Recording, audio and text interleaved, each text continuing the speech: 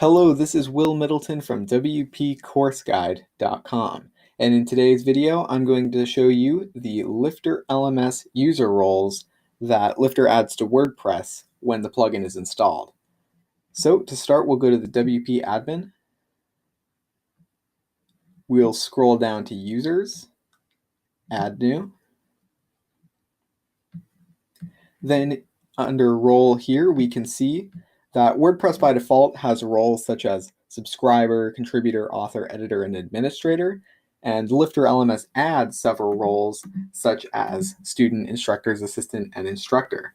So to start out, the students are just able to enroll in courses and memberships and edit their own account information. The instructor's assistants are able to edit courses they've been assigned to. So you can assign an instructor's assistant to a course, and they'll be able to go into the course builder, delete sections, lessons, quizzes, and do all that stuff there. The instructors are able to create, edit, and delete their own courses, including the lesson sections and quizzes, everything the instructor's assistant can do, and they can do the same with memberships. The LMS manager is able to do everything inside of LifterLMS. That would be going into the settings and doing things with user accounts, everything in courses, pretty much anything LifterLMS adds to the site, the LMS manager will be able to edit.